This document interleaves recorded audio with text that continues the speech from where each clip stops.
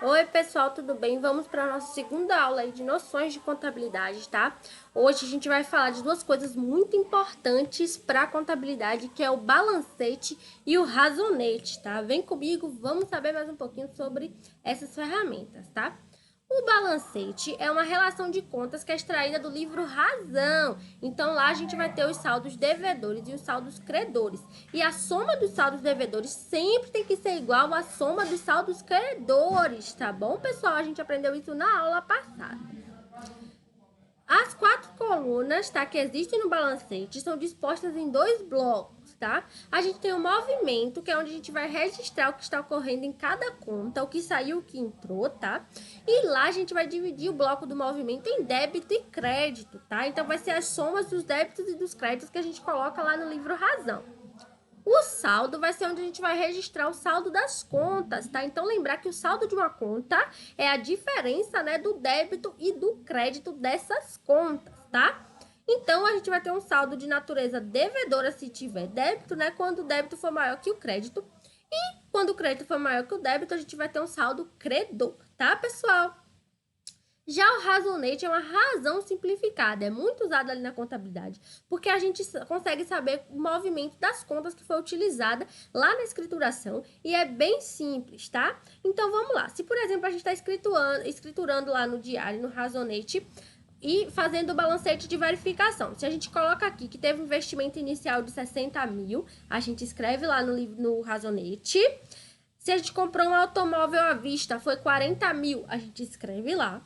E se a gente efetuou um depósito lá no Banco do Brasil, foi 5 mil reais esse depósito. Então, a gente sempre vai colocar no nosso razonete todo o movimento que a gente está fazendo nas contas, tá, pessoal? Só escrever, a gente só lança a escritura lá. E o que seria, então, depreciação? Esse conceito é muito utilizado na contabilidade, né?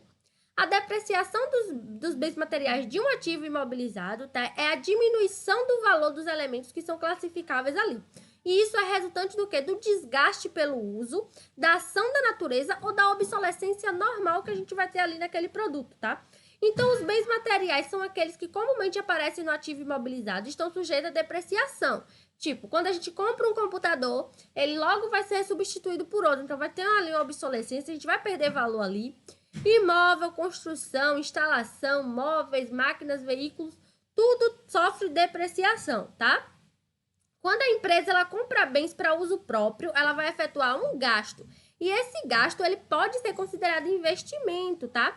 E não pode ser contabilizado como despesa. Só que quando esses bens vão sendo utilizados ali pela empresa, eles vão se desgastar, né? Vão perder valor. Então, por esse motivo é que a gente faz a depreciação, né? A gente pode considerar essa despesa, né? O valor gasto na aquisição desses bens, tá? Depois que acontece a depreciação. Então, se a gente comprou ali a gente quer montar uma empresa, a gente alugou uma casa, né? Aí a gente comprou o quê? Comprou computador, comprou móveis, comprou material de limpeza, material de escritório. Então, a gente tem o quê? Um investimento. A gente fez um investimento ali para nossa empresa, tá? E não considerou aquilo como despesa. Mas, com o passar do tempo, meus móveis, meus veículos, meus computadores, tudo que eu comprei, vai sofrendo depreciação, tá? Então, o valor gasto ali eu posso colocar como despesa, tá? Porque os bens, eles não duram eternamente, eles vão ter desgaste. Então, se esse desgaste for pelo uso, né? Por exemplo, você comprou um automóvel hoje e daqui a 5 ou 6 anos, usando todo dia, ele vai ter o mesmo rendimento de quanto você comprou lá quando ele era novo, né? Os bens também vão se desgastar pela ação do tempo, né? Porque alguns bens podem ficar expostos ao sol, à chuva e vai sofrer influências climáticas. Podem sofrer por obsolescência também, né? Por exemplo, vai passando o tempo, a gente vai deixando de lado alguns materiais e substituindo por outros. Tinha aquelas calculadoras de contabilidade enormes, a gente tinha máquina de escrever, né? Então, a gente nem precisa mais utilizar esse tipo de material, tá? E, além desses motivos, e também porque eles servem à empresa, é correto que a gente incorpore esse custo, né, no exercício da nossa empresa. Então, a gente vai colocar uma parcela ali desses bens, né? E a gente vai ter prazos também na taxa de depreciação. Então, ó, Aqui a gente tem um edifício, ele tem uma taxa anual de depreciação de 4 pontos e tem 25 anos ali de vida útil, né? A gente vai fazer a mesma coisa para os móveis, os veículos e os computadores. Quanto tempo a gente vai ter de vida útil daquele material de acordo com a sua depreciação? Observe que veículos e computadores têm uma taxa de depreciação bem maior e a vida útil menor, tá? Depois que a gente estabeleceu o tempo de vida útil e a taxa anual de depreciação, qual é o método de depreciação que a gente vai adotar? Existe o método de depreciação anual e existe o método de depreciação mensal. O anual é quando a gente calcula e contabiliza ela uma vez só, tá? E vai ter um valor de uma cota ali anual de depreciação daquele bem. E mensal é quando a gente vai calcular mensalmente a depreciação daquele bem ali e a gente vai pegar a cota anual e dividir por 12, né? E cada mês a gente vai cobrando ali, vai colocando uma taxa de depreciação. E a depreciação ainda pode ser normal ou acelerada, tá? E elas vão se diferenciar ali de acordo com a taxa que é aplicada a ela. Então, essa taxa pode variar de acordo com os turnos de utilização daquele bem que está sendo depreciado, tá? E esse turno vai ser, por exemplo, de um período de 8 horas, tá? Para a gente conhecer o valor da depreciação do bem em cada exercício, a gente tem que aplicar taxa pelo valor daquele bem, tá? E para isso a gente vai utilizar o quê? A amortização, tá? Que é a diminuição do valor dos bens em razão do tempo, tá? Isso aí a gente vai fazer para bens intangíveis. A depreciação a gente usa para bens tangíveis, né? Por exemplo, no meu carro vai diminuindo, com o passar do tempo eu vou diminuindo o valor dele, né? Porque eu comprei um carro por 15 mil, vamos supor. Eu não vou vender aquele carro pelos mesmos 15 mil, porque eu já usei, porque ele saiu da concessionária, então você vai perdendo valor. Já a amortização a gente usa para quê? Para bens intangíveis, né? Por exemplo, imóveis de terceiros, quando a gente tem marcas e patentes, quando a gente tem despesas da nossa organização. Então, a gente vai calcular a amortização bem semelhante ali à depreciação, só que para bens intangíveis, tá? E os estoques, eles vão representar um ativo muito importante ali para o nosso capital, tá? Então, a gente tem que determinar como é que a gente vai iniciar e finalizar o período contábil do estoque para a gente apurar qual é o nosso lucro ali no final do nosso exercício, tá, pessoal? E para a gente avaliar os estoques, tá? A gente vai ter, né, alguns métodos, né, de regime ali do nosso estoque. Um dos métodos muito utilizados, que é aceito aqui pela legislação, é o PEPs, ou FIFO em inglês, né? First in, first out. Em português é PEPs, que significa primeiro a entrar, primeiro a sair. Então, é um método que é aceito aqui no Brasil, tá? Para controle de estoque, controle e avaliação de estoque. Porque o que é que esse método diz? Que quando a primeira mercadoria que entrou no nosso estoque vai ser a primeira mercadoria que tem que sair por conta do quê? Da data, né? Por conta ali da depreciação para não ter, né? Então, esse é o método a ser utilizado. E o método EPS, que não é aceito pela organização, é aquele que diz que o último material que entrou no estoque é o primeiro que vai sair do estoque, tá, pessoal? Então, esse método não é utilizado. Só voltando, por exemplo, se eu comprei agora uma carga, eu comprei uma carga aqui de remédio, tá? Aqui a data de validade é do dia 15/12, tá? Vai ser esse que eu comprei. E eu tenho lá no meu estoque já uma quantidade desse mesmo medicamento que vai vencer em 15 de novembro. Então, qual é o estoque, né? Qual é o material que vai sair primeiro do meu estoque? Aquele que vai vencer em 15 de dezembro ou o que vai vencer em 15 de novembro?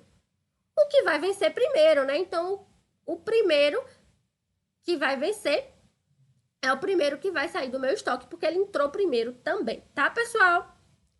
O método do custo médio, né, também é aceito, porque ele vai avaliar o custo da mercadoria e vai fazer um preço ponderado ali, fazer a média ponderada para saber o preço. E a gente vai saber ali o lucro da empresa, né, pelos métodos do PEPs, ou o EPS, tá?